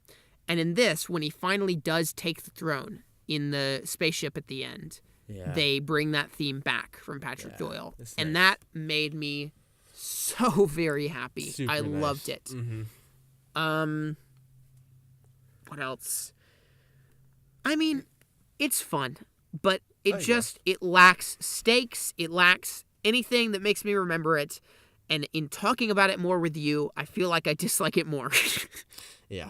I'm still not a fan. I don't have any urge or want to see it again. I'll forget about it even more as the weeks go by. I'll listen to the soundtrack. We had the nice Doctor Strange little theme there too. Oh yeah, that was another thing they brought back was the Doctor Strange little flourishes with the instrument that they play with that. Yeah, it was good. But yeah, so I guess that's it. Should we rank it out of 22? We should. Our classic rating system. I go like a 10 probably. Yeah. Okay? Yeah. Maybe our 9. nonsensical rating system that makes no sense. I give maybe it a 10. 9. Yeah. Yeah. Okay. Hitchcock. How long have we been going here? I'm here. It's been a while. Been an hour and 45 minutes. We're about an hour and 30 minutes into the episode, I guess. Son of a, yeah. I would wager. So I was thinking about doing hate mail. Oh. And then we could do our pick of the week, right? Oh. Yeah? Oh. Let's do it. Sure. Why not? Okay. Why not? Bring in the hate. Scroll through some comments. I'm done with Thor. I'm done. Yeah. I'm done with Marvel. I'm done. Oh, here's one. I'm done. These are really easy to find these days. Okay. The Marvel Cinematic Universe Analyzed video. My review of all the Marvel movies, right? Yeah. It says, you're still getting stuff, man. Man alive. Bro, you sound like you've written countless screenplays for award-winning movies. You can come off that high horse. Pretty sure she's tired. So what he's saying is, I'm too knowledgeable about film. Yeah, basically. Okay, look, fine. The criticism that I am putting myself on a high horse is fine, but like, I make constant efforts in my videos. I really want people to realize this because, like, I want to. Maybe I need to reiterate it because people have forgotten that I used to say this all the time. I feel like I still say it all the time, but I just want to reiterate the fact that I always attempt to be the least pretentious person out there, and I attempt to be okay with everyone's opinions and not put myself on a high horse, you know? Yeah. So it really kind of annoys me when people say, get off that high horse, when I'm like, I was literally making every effort I could to not be on a high horse. Yeah, exactly. Now, that doesn't mean I'm not going to voice an opinion. Like, the video is my views on the movies. Yeah. And so naturally, you may disagree, but that doesn't mean I'm on a high horse. Like, no. I feel like some people expect everyone who has an opinion to constantly go, this is what I thought about the movie, but it was just my opinion. You know, that's just my opinion. Just, you know, if you liked it, it's cool. It's fine. You know, this is my opinion. Yeah. I think Bobby Burns said this one time. It's like, it should be assumed that what I'm saying is my opinion. I don't have to constantly remind you that what you think is okay, and especially this is my opinion. So subjective. And it's just my opinion, man. You know? Yeah. Duh, it's my opinion, you know? Like, only an idiot would say otherwise. So, yeah. I just don't, you know. Anyway, let's keep going. These are fun. I get to constantly defend myself and be egotistical. Okay. I have a lot of comments. Why am I not connected to Wi-Fi? Not connected to Wi-Fi? Oh dear. Hashtag RIP cellular. Oh no. I have a lot of comments on my Is Blade Runner Sexist video, which, for those who don't know, is about why it's not sexist. I have so many comments from people saying, God, what these stupid SJWs always calling things sexist. And I'm like, you didn't watch the video, did you? Yeah. Man. Oh, boy. Those guys who just start the video and scroll down and comment. You gotta love them. Yep. Oh, here's a great comment on my Blade Runner video. Oh, here we go. It says, all of that is said in this video will be lost like piss in the snow. Although piss I actually quite like that one. That's good. That well. You know, it stands out. I think he's obviously doing a play on the tears in the rain line. Yeah, exactly. Yeah, definitely. That's pretty good. But the point is, you can't distinguish tears from rain. Oh yeah. You can distinguish very well snow from piss. Somebody has rated my video, sir. The official rating is in for my Blade Runner 2049 video, and this man says 1 of 10. Oh. So, you know. Rough.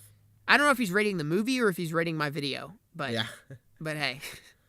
Come on, man. Be a bit more clear, shall you? Yeah. Oh, well. Let's see. I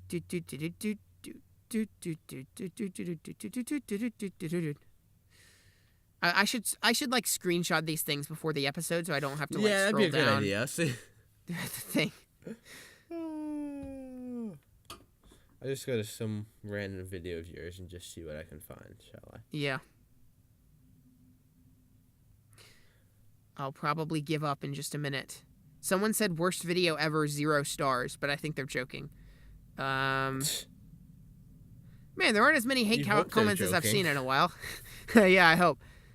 Oh, well, that's not as much as I thought.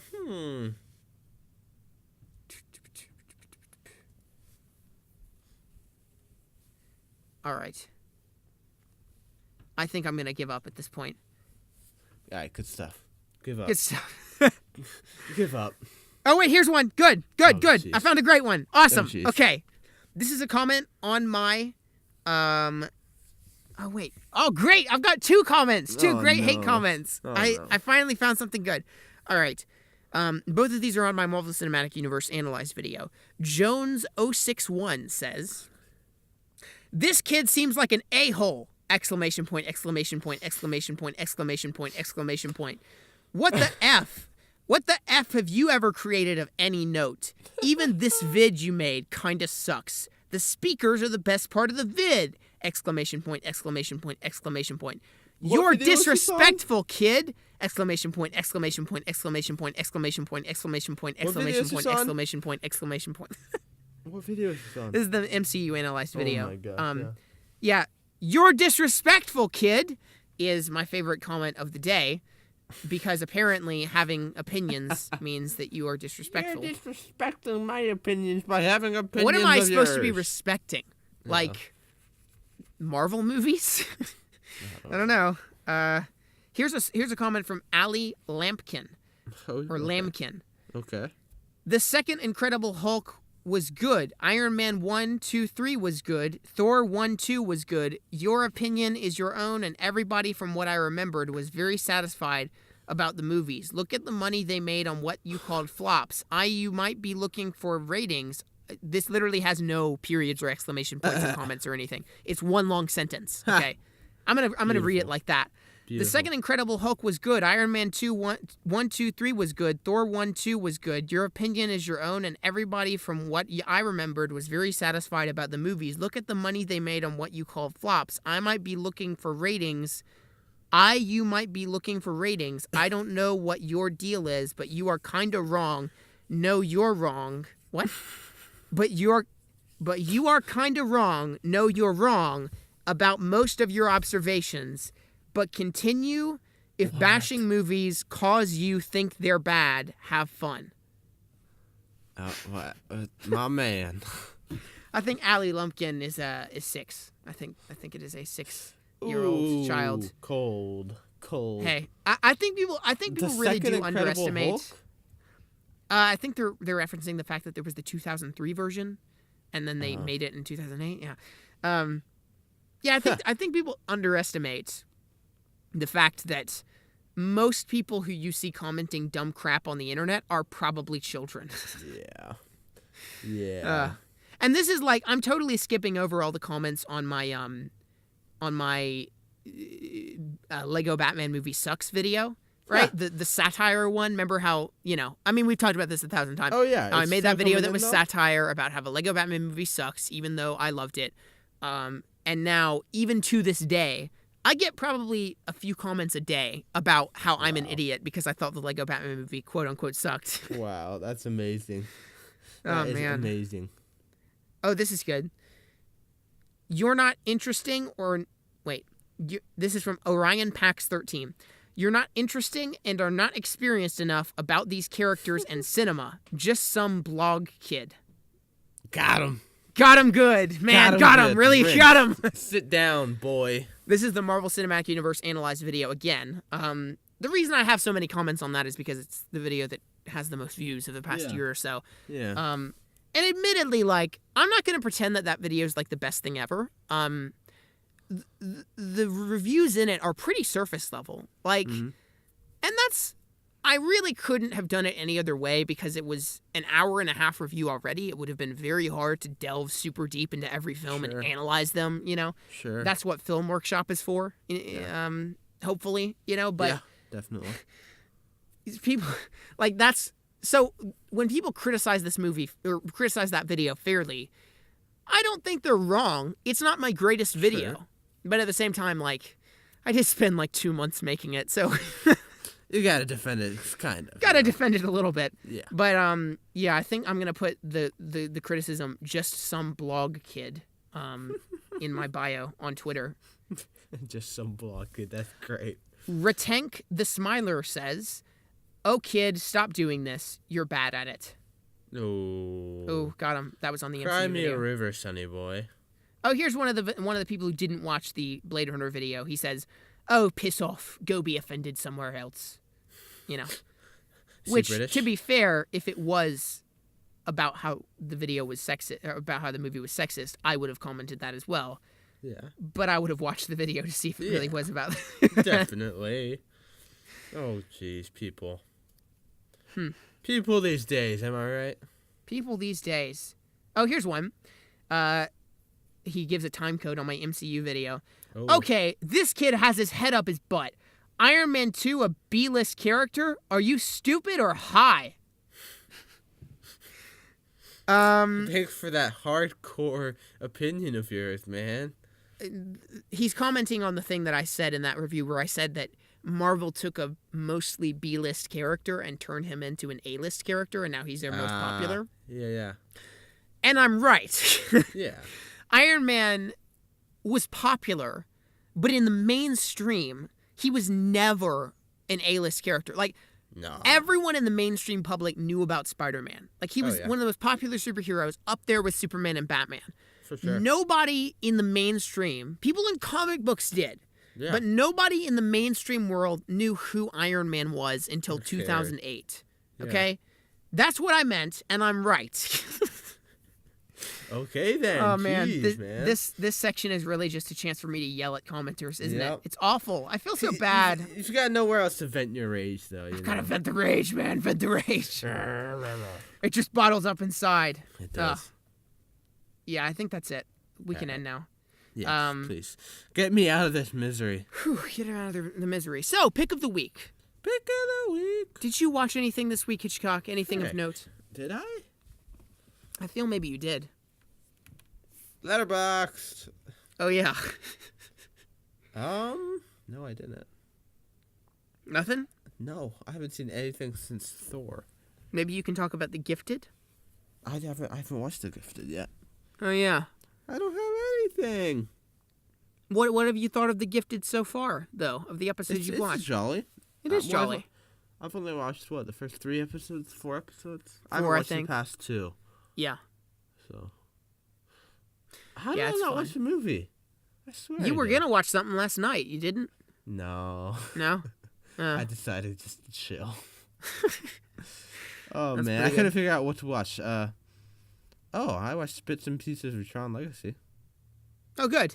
But I just do that. Your spirit animal. I do that in my free time all the time, so does that really count? Oh, of course. Does that really count? But I watched on the other hand, a lot of movies this week. Yeah. Yeah. I watched a crap ton. Yeah. Which is probably why I have so much homework to do when I'm done with this episode. Yeah, see, I'm being a nice, responsible kid, getting my stuff done. Yeah. Okay, let's see. So what did I watch this week? There are two kinds of people in this show. I have Movie Pass, so I've seen several things in theaters. Yeah, you can shut up about that. I can shut up about it, baby. Rubbing it in my face. Well, first of all, working backwards, I watched Pulp Fiction last night. Yeah. Which is a masterpiece. That was a movie that, like, I have really... I've been taking my time. I really needed to have watched it, like, 17 years ago, which is when I was born. But, yeah, it was a movie that I really desperately needed to see, and now I am glad that I have seen it. It is a masterpiece.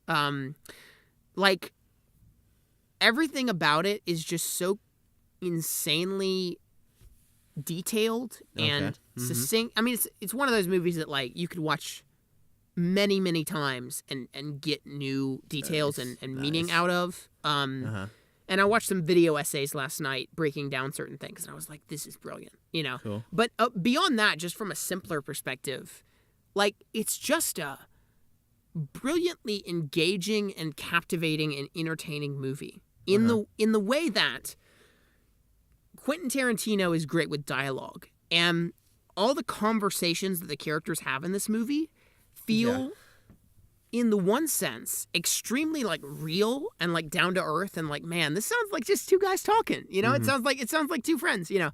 But at the same time, they sound so cinematic and dramatic, and so he strikes this perfect balance between something that feels real and something that feels like a movie. Okay, and I think it blends brilliantly. So yeah, that was great. That was really awesome. I really need to see that as well.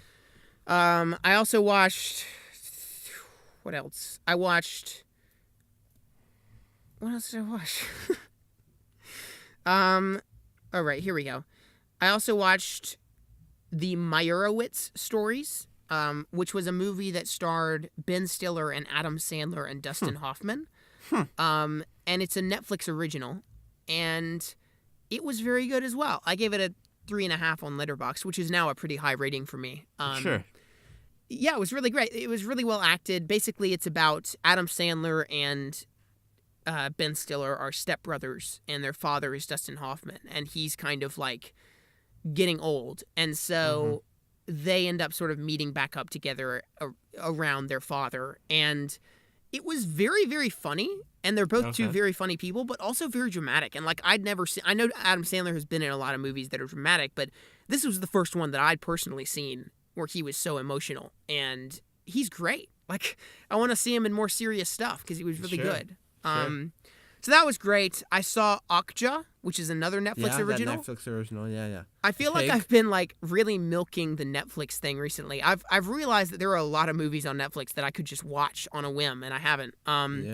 So I watched Okja. It's the Netflix original movie about a giant super pig, which is made to be eaten and cure world hunger, basically.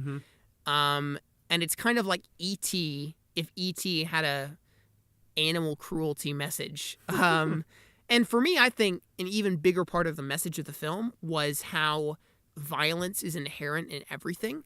There's a group in the movie who's like, we're against violence. We have no violence. We're all against violence. We're not going to use any kinds of, brutality on anyone to get our will.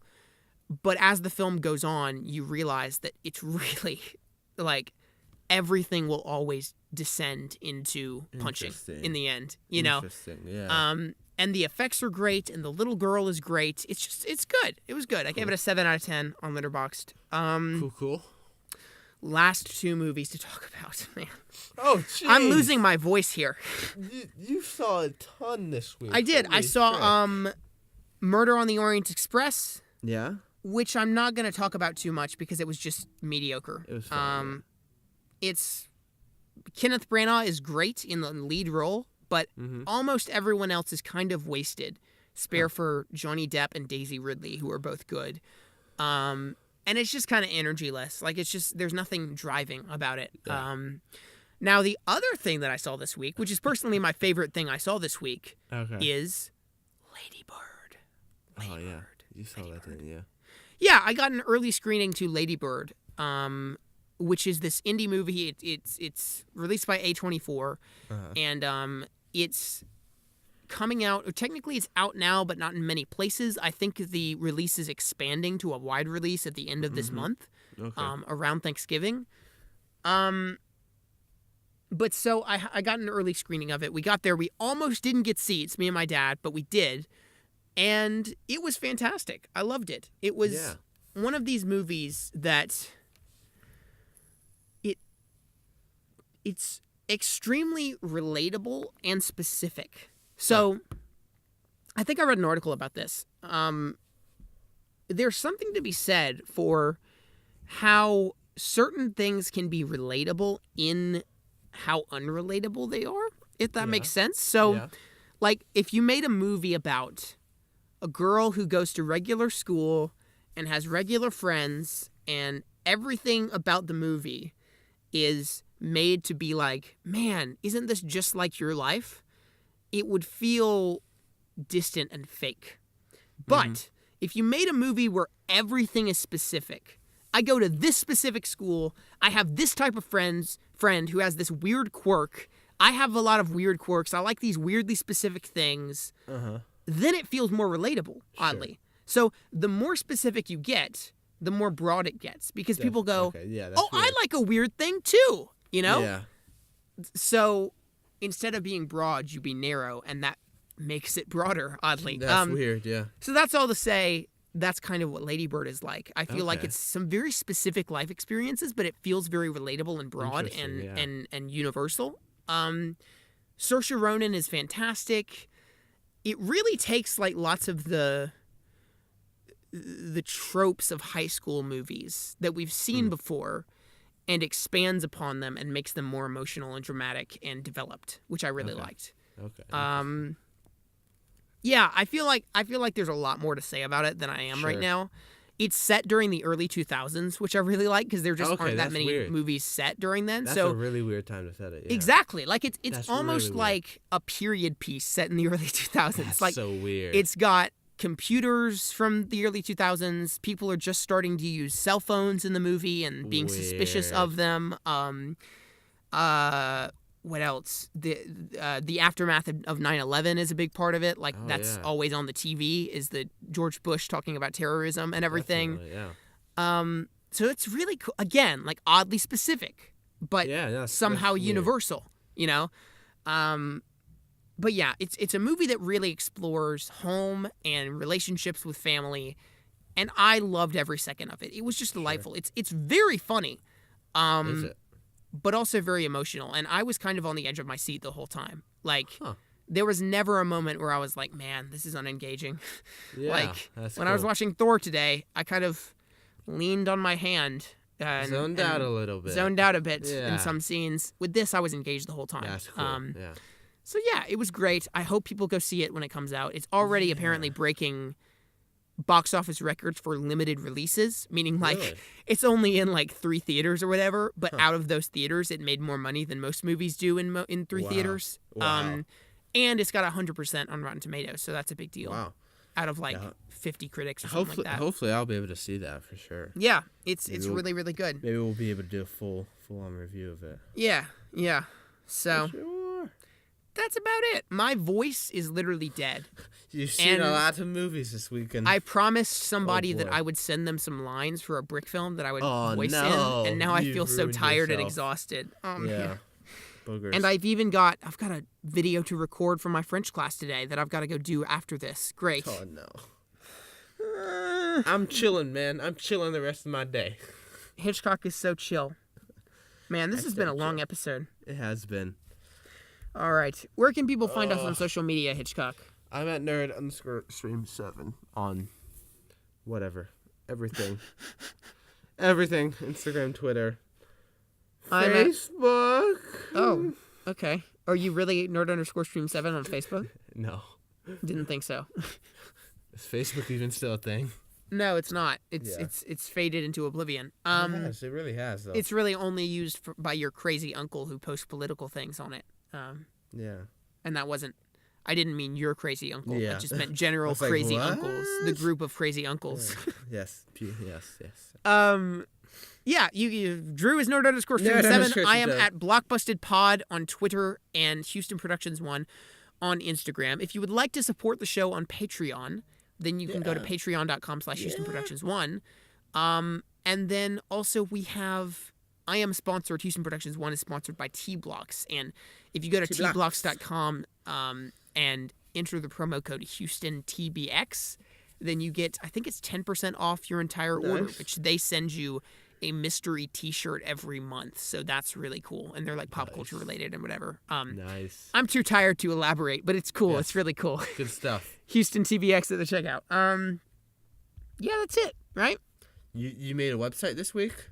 I did make a website, but... is it not up and running yet? Well, it is up and running, and I did get the mobile version up and running, so that's cool. Oh, nice, but it's, like, currently the web address is, like, hcoley.is now813.wix.com, you know.